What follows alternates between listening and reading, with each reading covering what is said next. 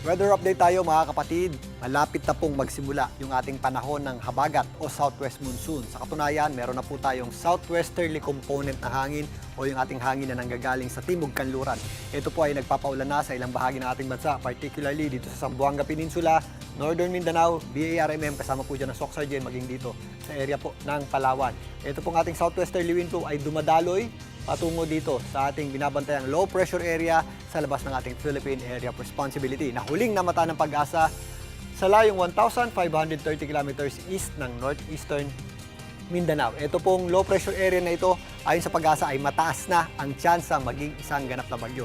Ito po ay kikilos, paitaas at babaybayin itong gilid ng ating area of responsibility. Kapag kumabig na po yan pakanluran, ito po ay maaaring mas maaga pumasok sa loob ng ating PAR.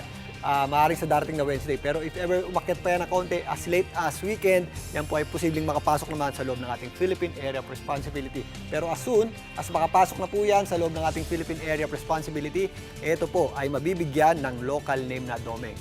Itong posibleng tawaging bagyong Domeng sa ngayon ay wala po tayong nakikitang magiging direktang epekto sa ating bansa. Ito po ay makikiraan lamang dito sa kanto ng ating Philippine Area of Responsibility. Pero mga kapatid, yan na po ang magsisimula o magti-trigger ng ating habagat o southwest monsoon. Hihila na po yan ang ating southwesterly wind flow na siya pong magdadala po ng mas mataas na tsansa ng pagulan, particularly dito sa kanlurang bahagi ng ating bansa. Kasama po dyan ang Metro Manila sa susunod na linggo at sa mga susunod pang mga linggo.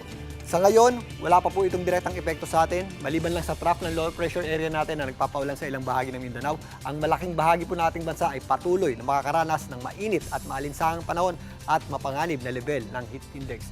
Katunayan, pinakamataas po muli ang bukas sa may areas ng Pangasinan, sa may Dagupan, na posibleng umabot sa hanggang 47 degrees Celsius yung ating heat index. Samantalang sa Cagayan naman, nasa 46 degrees Celsius yung ating inaasahang heat index. 45 degrees Celsius naman dito po sa areas ng Mindoro, Cavite, kasama na po dyan ang Camarines Sur, napapalo sa hanggang 44 degrees Celsius yung ating heat index.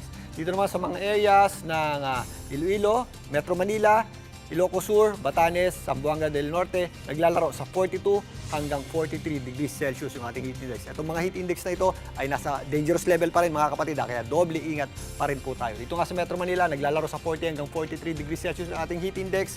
Napakainit pa rin po sa umaga hanggang tanghali, pero pagsapit ng hapon, nagiging maulap yung ating panahon at possible po yung ating mga afternoon showers at thunderstorms. Sa ngayon, kung mapapansin nyo, medyo mababa pa po yung ating tsansa ng pagulan sa hapon at gabi, pero sa susunod na linggo, kakibat na po nung pagsisimula ng ating hangin na nanggagaling sa timog kanluran o yung pasimula ng ating habagat, mas magtataasan pa po yung ating mga tsansa ng pagulan tuwing hapon at gabi. So, paghandaan po natin yan mga kapatid.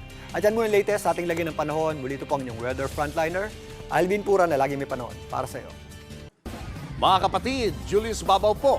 Para sa komprehensibo at makabuluhang balitaan at talakayan, mag-follow at mag-subscribe na sa social media pages ng News 5.